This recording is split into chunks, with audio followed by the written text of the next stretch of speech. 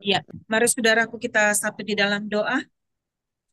Bapak, kami mengucap syukur buat malam hari ini, satu anugerah bagi kami Tuhan, boleh kembali mengikuti ibadah Jum MPK, Markas Prajurit Kristus. Kami percaya Tuhan, Engkau ada di tengah-tengah kami, Engkau ada di antara kami sebagai pahlawan yang memberi kami kemenangan. Roh Kudus, mari Engkau ambil alih jalannya pemerintah firman Tuhan. Biar Engkau sendiri yang menyelidiki hati kami. Engkau sendiri yang menyelidiki pikiran kami. Mampukan kami Tuhan, untuk kami juga dapat menangkap dengan baik apa yang Roh Kudus mau untuk kami lakukan di dalam kehidupan kami. Roh Kudus, mari kami persilakan Engkau mengambil alih waktu ini, mengambil alih setiap tempat, setiap ruangan, juga hati, pikiran, tubuh, jiwa, roh kami sepenuhnya dalam kendali Tuhan. Terima kasih Bapa, doa kami termeterai di dalam nama Tuhan Yesus Kristus. Amin. Ya, terima kasih buat Mbak Ivoni yang sudah memimpin kita dalam pujian penyembahan. Tuhan Yesus memberkati. Ya, saudaraku, malam ini saya akan membahas tentang menjadi dewasa. Ya, firman Tuhan dengan tema menjadi dewasa. Ya, menjadi orang Kristen artinya kita dipanggil untuk percaya kepada Kristus. Menjadi orang Kristen artinya kita dipanggil untuk percaya kepada Kristus. Dalam mengikut Yesus, kita juga harus bertumbuh, yaitu pertumbuhan ke arah Kristus. Dalam hal ini adalah kedewasaan rohani atau kedewasaan iman. Kedewasaan seseorang dapat terlihat dari buahnya. Ibarat pohon, tidak hanya sampai di daunnya saja, tapi kita juga bisa melihat ada buah yang bisa terlihat dan juga bisa dinikmati oleh orang-orang yang ada di sekitarnya. Kekristenan harus bertumbuh dalam kedewasaan rohani. Inilah yang harus kita capai, yaitu dalam pertumbuhan dan pengenalan yang benar akan Tuhan. Mari saudaraku, kita buka firman Tuhan dari 1 Korintus 13 ayat 11. 1 Korintus 13 ayat 11.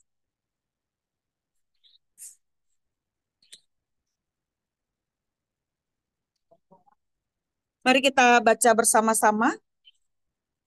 1 Korintus 13 ayat 11. 2, 3, ya. Ketika Ketika aku aku kanak-kanak, aku aku berkata, berkata-kata seperti kanak-kanak. aku Aku merasa merasa seperti kanak-kanak. Aku Aku berpikir berpikir seperti seperti kanak-kanak. kanak-kanak. Sekarang Sekarang sudah sesudah aku aku menjadi menjadi dewasa, dewasa, aku aku meninggalkan sifat sifat kanak-kanak. anak-anak itu. Saya akan bacakan ulang buat saudara. Ketika aku kanak-kanak, aku berkata-kata seperti kanak-kanak. Aku merasa seperti kanak-kanak. Aku berpikir seperti kanak-kanak. Sekarang sesudah aku menjadi dewasa, aku meninggalkan sifat kanak-kanak itu. Demikianlah firman Tuhan. Saudaraku, kita melihat ada perbedaan antara anak-anak dengan dewasa. Ya, anak-anak kalau saudara melihat ada bayi di bawah 5 tahun atau balita, ya, kalau mereka buat kekonyolan, misalnya mainannya dirampas, ya kita melihat mereka nangis, ya, teriak-teriak, mereka baperan, ya, hal-hal yang seperti itu kita anggap lucu, ya, bahkan bisa di selfie, ya, kelucuan mereka, kekonyolan mereka ini. Tapi berbeda dengan orang dewasa. Kita lihat sudah tua, ya, masih baperan, marah-marah, ya.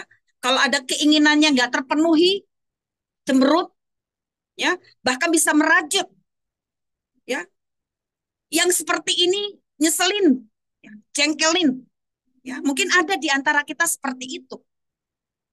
Bahkan orang yang seperti ini sudah terlibat dalam pelayanan, ya, sebagai WL, main musik, choir, ya, tamborin, ya, apalagi dia sebagai pengkhotbah. Bahkan bukan hanya itu, dia sebagai pengerja, ya, di salah satu gereja misalnya. bahkan sudah menjadi Kristen lama, ya, lama menjadi Kristen. Nah, kadang kalau kita masih menjumpai atau menemui orang-orang yang seperti ini, kadang kita nggak ngerti, kok masih ada ya sifat kanak-kanak seperti itu. Ya, apalagi dia sudah pelayan Tuhan, hamba Tuhan. Kedewasaan rohani seseorang tidak ditentukan dari jabatannya. Apakah ia seorang gembala, pengajar, ataupun dari lamanya menjadi pelayan Tuhan, atau lamanya dia menjadi Kristen. Dewasa di sini bukan soal usia, bukan juga soal bentuk fisik, atau jabatan, atau gelar yang disandangnya, ataupun prestasi, ataupun pencapaian-pencapaian yang ada. Tapi bagaimana orang yang telah dewasa meninggalkan sifat kanak-kanak itu. Seperti dalam 1 Korintus 13 ayat 11 tadi. Jadi dewasa di sini sama dengan matang. Yaitu kedewasaan dapat diartikan kematangan dalam berpikir, bersikap, dan bertindak dalam mengambil suatu keputusan dengan bijaksana. Ya, jadi ada perbedaan antara kanak-kanak dengan dewasa. Yuk kita lihat ya perbedaan ya dari 1 Korintus 13 ayat 11 tadi. Tanda kedewasaan rohani berdasarkan 1 Korintus 13 ayat 11. Kita ini tergolong Kristen yang bagaimana? Kristen yang kanak-kanakkah atau Kristen yang dewasa? Yuk kita buka satu persatu dari 1 Korintus 13 ayat 11 tadi.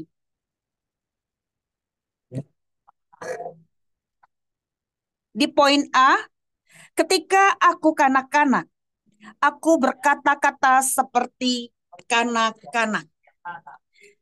Kalau masih kanak-kanak, bicara tentang perkataan. Perkataannya masih ceplas-ceplos. Ya, kalau ngomong asal ucap, nyerocos. Ya, celotehannya itu kadang asal ucap. Ya, misalnya kadang ngomong kata-kata yang nggak pantas. Ya, kadang keluar kata-kata yang nyakitin hati. Tapi kita anggap itu biasa aja. Namanya masih anak-anak. Tapi kalau orang dewasa, ya Kristen dewasa, perkataannya itu perkataannya membangun, perkataannya membangkitkan iman, perkataannya menyemangati. Misalnya bila ada di antara kita mengalami kelesuan rohani, ya, perkataan Kristen dewasa, dia akan mengeluarkan perkataan yang membangkitkan semangat. Bagaimana keluar dari kelesuan, percaya bahwa Tuhan itu sanggup menolongmu. Ya, itu perkataan yang membangun, perkataan yang bisa membangkitkan semangat untuk kembali kepada Tuhan. Poin B yang kita lihat dari 1 Korintus 13 ayat 11. Itu poin A. Yang poin B, aku merasa seperti kanak-kanak. Ini bicara tentang perasaan. Ya. Kalau kanak-kanak, Kristen kanak-kanak, perasaannya itu masih mudah baper, ya, tersinggung, tersulut emosi, tidak terkendali. Tapi berbeda dengan perasaan Kristen dewasa, ya, perasaannya stabil, ya. Misalnya ada hubungan yang kurang baik antara suami istri, ya, ada korslet nih ceritanya. Tapi ketika dia berada keluar, ketika dia berada di luar, di suatu tempat, itu nggak dibawa-bawa perasaannya. Padahal dia lagi korslet dengan suaminya. Ya. Ketika dia berada di luar, perasaan yang penuh dengan amarah misalnya, atau lagi berkecamuk misalnya, itu tidak dibawa-bawa ketika dia berada di luar. Jadi perasaannya masih bisa dikendalikan, bisa dijaga dengan baik. Ya. Perasaannya stabil. Ya. Dia bisa menjaga perasaannya dengan baik. Nah, sekarang poin C. Berpikir seperti kanak-kanak. Kalau berpikir seperti kanak-kanak, pikiran yang kanak-kanak atau Kristen kanak-kanak, ya, tidak stabil, ya, tidak dapat memilah-milah mana yang baik dan mana yang jahat. Itu kalau pikiran Kristen kanak-kanak. Tapi berbeda dengan pikiran Kristen dewasa. Pikirannya stabil, ya. Ketika dia diperhadapkan dengan masalah, dia menyikapinya dengan baik. Dia berpikir bahwa Tuhan izinkan masalah ini untuk membawa dia untuk lebih dekat kepada Tuhan. Ya, pikirannya positif. Itu kalau pikiran Kristen dewasa. Dia nggak serta-merta menyalahkan keadaan. Dia nggak serta-merta menyalahkan segalanya. Ya, karena dia tahu segala sesuatu Tuhan izinkan untuk membawa dia kepada kedewasaan iman. Berbeda dengan pikiran Kristen kanak-kanak. Nah, tadi kan dikatakan tidak dapat memilah-milah mana yang baik dan mana yang jahat. Sekarang bagaimana kalau kita jumpai misalnya ada ini hamba Tuhan, tapi maaf bisa selingkuh, berbuat zina, ya, bahkan sudah tahu itu istri orang masih diembat juga. Berarti nggak dapat memilah-milah mana yang baik dan mana yang jahat. Dia masih masuk dalam pikiran kanak-kanak. Kalau pikiran dewasa, dia pasti dengan kehati-hatian. Pasti dia dengan rambu-rambu. Dia tidak akan ngegampangin, dia tidak akan latah dalam menyikapi setiap masalah yang ada. Ya. Kalau Kristen kanak-kanak, ya, sudah tahu itu istri orang, masih diembat juga, masih diselingkuhin juga. Bahkan itu bisa menghancurkan rumah tangganya, bisa merusak rumah tangganya, istri dan anak-anaknya. Itu kalau masih pikiran Kristen kanak-kanak. Ya. Nah, inilah perbedaan antara Kristen kanak-kanak dan Kristen dewasa. Ya, makanya kita ini masuk dalam kategori Kristen yang bagaimana? Kristen kanak-kanak kah atau Kristen dewasa? Nah, tentu untuk menjadi dewasa, ya, ada poin-poin penting yang harus kita perhatikan, ya. Kalau melihat dari perbedaan tadi, ya. Yuk kita lihat yang pertama, ya. Apa tanda-tandanya, ya, untuk kita menjadi dewasa, ya. Yang pertama adalah dilahirkan kembali. Saudaraku, manusia ini sudah penuh dengan dosa. Ya, manusia ini kecenderungan melakukan dosa. Ya, makanya tidak ada yang namanya kebal dosa. Ya, makanya karena kita ini penuh dengan dosa, tentu kita harus mengalami kelahiran kembali. Artinya kita keluar dari manusia lama kita kepada manusia baru di dalam Kristus. Harus dilahirkan kembali. Tidak mungkin seseorang mengalami kedewasaan dalam kerohaniannya kalau dia tidak dilahirkan kembali. Ya, dia harus dilahirkan kembali. Nah, orang yang dilahirkan kembali ini masuk dalam fase bayi rohani. Namanya baru dilahirkan. Tidak ada kita langsung serta-merta jadi dewasa rohani. Nggak ada. Siapapun kita. Ya, ya saya percaya di sini adalah seorang ibu ya pasti tahu bagaimana kita mengandung.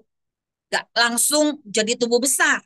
Pasti harus melalui fase dari bayi kepada kanak-kanak, tumbuh menjadi remaja, baru menjadi dewasa. Semua fase itu harus dilewati. Ya, makanya itu harus dilahirkan kembali. Yuk kita lihat firman Tuhan dari 1 Petrus 2 ayat 2. Ya, ketika dilahirkan kembali, apa yang harus dia terima? Salah seorang bisa baca 1 Petrus 2 ayat 2.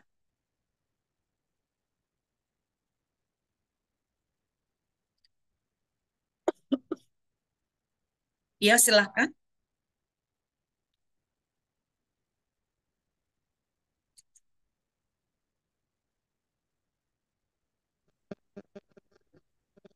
1 1 Petrus 2 ayat 2. ayat 1 Petrus 2 ayat 2. Dan jadilah sama seperti bayi yang baru lahir, yang selalu ingin akan air susu yang murni dan yang rohani, supaya olehnya kamu bertumbuh dan beroleh Islam. Iya, kalau yang namanya masih bayi, itu belum bisa ada makanan tambahan. Yang dia suplai adalah air susu yang murni. Ya, makanya ada ASI eksklusif, yaitu sampai 0 sampai 6 bulan. Ya, biasanya seperti itu. Nah, demikian pula dengan kerohanian kita. Yang kita terima adalah firman Tuhan yang murni. Saya percaya ketika kita dilahirkan kembali atau mengalami yang namanya pertobatan, pasti kita punya cinta yang mula-mula, kasih yang mula-mula, bagaimana kita selalu haus dan lapar untuk bersekutu dengan Tuhan melalui firman-Nya. Ya. Ketika ada KKR misalnya, kita akan kejar itu KKR itu. Ketika ada persekutuan atau ada pemuritan atau ada ibadah, kita akan ikutin kemanapun itu. Itu kalau bayi rohani seperti itu, dia akan menerima firman Tuhan yang murni, air susu yang murni. Tidak bisa ada makanan tambahan. Yang namanya masih bayi, nggak bisa menerima makanan tambahan atau makanan keras. Yang ada nanti mencret, ya, yang ada nanti ususnya rusak atau pencernaannya terganggu, ya. Itu kalau yang namanya masih bayi rohani. Saya percaya setiap kita pasti mengalami fase yang namanya bayi rohani. Nah, setelah dilahirkan kembali, ya, ada fase di mana dia akan tumbuh menjadi kanak-kanak, remaja, bahkan dewasa. Nah, untuk menjadi dewasa, ya, tidak semua orang mau menjadi dewasa. Kenapa? Karena menjadi tua itu pasti, tapi menjadi dewasa itu keputusan. Menjadi dewasa itu pilihan. Ya, nggak semua orang mau menjadi dewasa. Ya. Nah, demikian pula dengan kita. Keputusan atau pilihan ada pada masing-masing kita. Apakah kita mau menjadi dewasa? Nah, untuk menjadi dewasa juga ada tahap-tahap yang harus kita lalui. Ya, kita lihat yuk di poin kedua. Yang pertama adalah dilahirkan kembali. Yang kedua adalah relationship kita dengan Tuhan. Ya, kita harus punya itu. Ya. Kita nggak bisa mengabaikan waktu teduh kita, baik secara vertikal maupun secara horizontal. Kita harus terus membangun roh kita, membangun iman kita dengan waktu teduh kita, baik secara vertikal kita dengan Tuhan maupun kita dengan komunitas yang sehat atau dengan saudara-saudara seiman kita. Ya. Dengan kita bersekutu, maka iman kita dibaharui, iman kita ditumbuhkan, ya, iman kita juga mengalami pembaharuan, ya. Yang ketiga yaitu makanan keras, itu harus kita punya. Kalau untuk menjadi dewasa, nggak bisa kita tiap hari makan bubur. Coba saya mau tanya, apakah saudara sampai hari ini sedewasa ini masih makan bubur? Mbak Jusita, Kak Yuli, sama Mbak Ivoni. Maaf ya, kalau masih makan bubur, kita bilangnya itu penyakitan. Maaf ya, kamu lagi sakit ya? Paling kita bilangnya begitu kalau orang makan bubur, ya kan? Padahal itu kesukaan kita makan bubur, tapi dibilangnya penyakit. Kamu lagi sakit ya? Memang kalau makan bubur itu biasanya yang lagi bermasalah mungkin kesehatannya. Ya, nggak mungkin dia makan keras, ya, susah ngunyah, namanya masih pahit lidahnya. Ya. Makanya kalau untuk menjadi dewasa, dia harus menerima makanan keras. Nggak bisa makan bubur lagi. Ya. Yuk kita lihat di Ibrani 5 ayat 14, silahkan. Ibrani 5 ayat 14.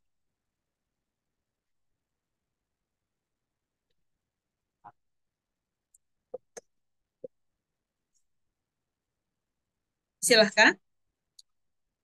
Ibrani 5 ayat 14.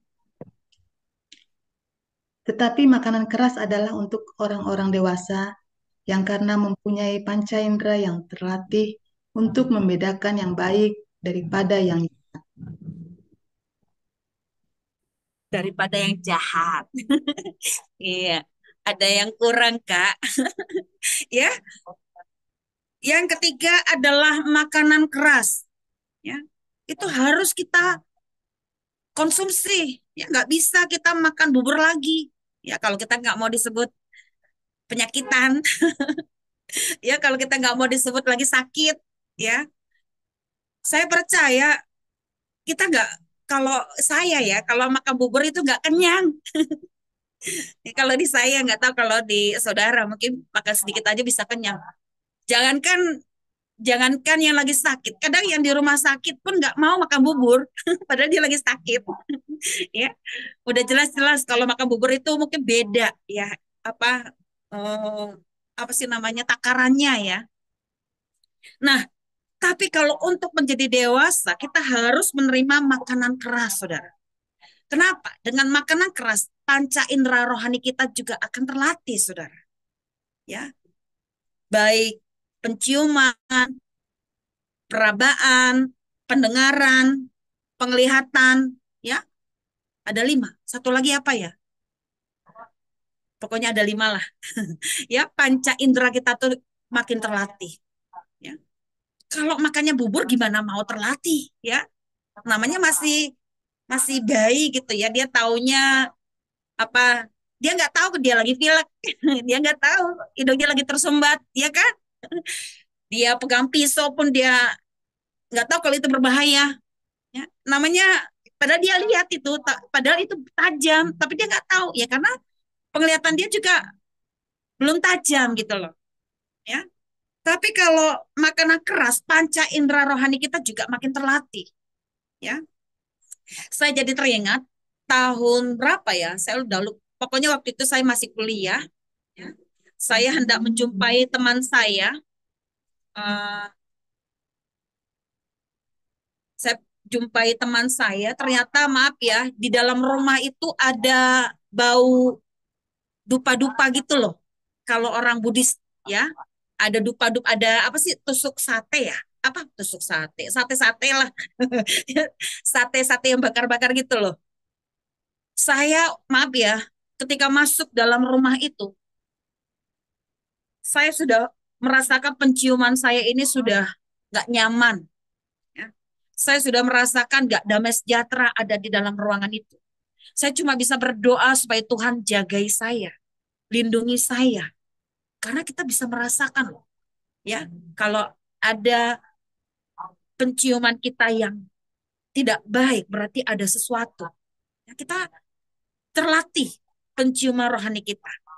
Demikian pula ketika kita melihat bahwa, maaf ya, kita tahu bahwa itu bukan pasangannya, jangan juga diembat. Kalau penglihatan yang telah terlatih, dia tahu itu bukan suaminya, dia akan berhati-hati dengan pernikahannya. Dia akan berhati-hati dengan rumah tangganya. Ya. Kita harus punya rambu-rambu itu. Panca indera rohani kita juga makin terlatih, saudara. Ya. Yang terakhir, yang kelima, ya, yaitu di 1 Korintus 13 ini bicara tentang kasih, ya. 1 Korintus 13 ini dari ayat, kita lihat dulu yuk, 1 Korintus 13.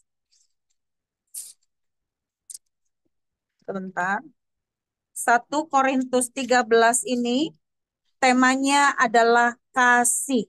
Dari ayat 1 sampai dengan 13.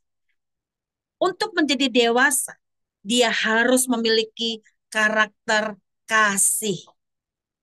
Ya. Jadi inilah yang harus dimiliki untuk kita menjadi dewasa. Ya, nggak gampang ya saudara untuk kita menjadi dewasa. Ya, yang pertama dia harus dilahirkan kembali. Ya. Yang kedua, dia harus punya relationship-nya dengan Tuhan maupun dengan komunitas yang sehat. Yang ketiga yaitu makanan keras. Yang keempat panca indera yang terlatih. Dan yang kelima yaitu karakter kasih. Saya akan simpulkan tentang renungan kita atau pembahasan kita malam ini, bahwa untuk menjadi dewasa tidaklah mudah. Karena tidak semua orang mengambil keputusan atau menentukan pilihannya untuk menjadi dewasa. Karena kecenderungan lebih enjoy, lebih nyaman menjadi bayi rohani. Tapi saya percaya bahwa untuk menjadi dewasa, kita harus mengalami pertumbuhan, ya, pertumbuhan ke arah Kristus, ya. Harus ada buah yang dihasilkan, karena dari buahnya lah kita bisa dilihat, ya, bahwa orang itu adalah dewasa. Ya, dari buahnya bisa terlihat dan bisa dinikmati oleh orang-orang yang ada di sekitarnya. Ada poin-poin penting, ya, bicara tentang perkataan, ya. Di poin A tadi, kalau dewasa perkataannya adalah perkataan Kristus. Perkataannya adalah perkataan Kristus. Perkataan yang membangkitkan iman, perkataan yang membangun, perkataan yang menguatkan. Bicara tentang perasaan, Kristen dewasa, perasaannya adalah perasaan Kristus. Perasaan Kristus, dia tidak akan mementingkan dirinya sendiri. Dia akan lebih mengedepankan kepentingan orang lain. Ya, dia akan berbagi, dia akan peduli, hatinya penuh dengan belas kasihan. Berbeda dengan yang perasaannya masih kanak-kanak. Kita lihat coba kalau kanak-kanak ada makanan, itu mau diembat juga sama dia. Padahal masih ada abangnya, masih ada adiknya. Buat dia makanan itu buat dia semuanya. Ya, itu kalau masih kanak-kanak. Tapi kalau perasaan Kristen dewasa, dia tidak lagi mementingkan dirinya sendiri. Dia akan lebih mengedepankan kepentingan orang banyak, orang lain. Ya, dengan dia memberi, buat dia itu sudah satu sukacita tersendiri buat dia. Itu kalau perasaan Kristus, ya, perasaan Kristus itu ada di dalam dirinya. Dan juga pikiran Kristus yang ada di dalam dirinya. Ketika ada dalam masalah, dia menyikapinya, dia melihatnya dari sudut pandang Allah. Ya, dia tidak akan menyalahkan keadaan, dia tidak akan menyalahkan siapa-siapa karena dia tahu Tuhan izinkan untuk membawa dia kepada kedewasaan. Ya. Nah, untuk menjadi dewasa, yang pertama kita harus dilahirkan kembali, yang kedua kita harus punya relationship yang baik dengan Tuhan maupun dengan komunitas yang sehat. Yang ketiga yaitu makanan keras, ya, tidak bubur lagi. Yang keempat panca indera yang terlatih, ya, baik penglihatan, pendengaran, penciuman, perasaan dan juga perabaan. Ya. Dan yang kelima yaitu karakter kasih. Ya. Saya percaya kita rindu untuk menjadi dewasa. Ya, biarlah kita boleh menjadi Kristen yang dewasa. Untuk menjadi dewasa, yuk kita ikuti tahap-tahap yang tadi. Ya, biar iman kita makin terbangun. Ya, Tuhan Yesus memberkati. Mari kita tutup di dalam doa. Bapa, kami mengucap syukur buat malam hari ini. Kami bersyukur Engkau kembali mengingatkan kami untuk menjadi dewasa di dalam Kristus. Kami menyadari bahwa untuk menjadi dewasa tidaklah mudah. Bagaimana perkataan, perasaan, dan pikiran kami harus dibaharui, harus di-upgrade kembali. Supaya perkataan Kristus yang ada di dalam perkataan kami. supaya perasaan Kristus yang ada dalam perasaan kami, supaya pikiran Kristus yang ada di dalam pikiran kami. Kami mau belajar untuk menjadi dewasa. Ada 5 poin penting bagaimana untuk menjadi dewasa di dalam Kristus. Yang pertama adalah kami harus dilahirkan kembali. Kami harus dilahirkan kembali. Roh Kudus ini kami. Kami mau terus diperbaharui, terus ditumbuhkan, terus disemangati, supaya kami boleh menjadi dewasa. Yang kedua, kami harus punya relationship yang benar dengan Tuhan dan juga dengan komunitas yang sehat. Supaya iman kami makin bertumbuh, roh kami makin bertumbuh, jiwa kami juga boleh bertumbuh di dalam Kristus. Yang ketiga, yaitu makanan keras. Kami tahu Tuhan, kami harus menerima makanan keras. Mungkin lewat benturan-benturan, mungkin lewat masalah-masalah untuk membawa kami kepada kedewasaan iman. Yang keempat, panca indera rohani yang terlatih. Dan yang terakhir adalah karakter kasih. Kami mau terus mengalami pembaharuan di dalam Kristus. Kami mau menjadi dewasa di dalam Kristus. Roh Kudus, mari tolong kami, urapi kami, mampukan kami untuk melakukan apa yang Roh Kudus mau. Terima kasih Bapa. Materaikan setiap benih firman-Mu ini ke dalam luluh hati kami. Biarlah kami semakin berakar, semakin bertumbuh, dan semakin berbuah lebat untuk hormat kemuliaan bagi nama Tuhan. Di dalam nama Tuhan Yesus Kristus, kami berdoa dan kami mengucap syukur. Amin.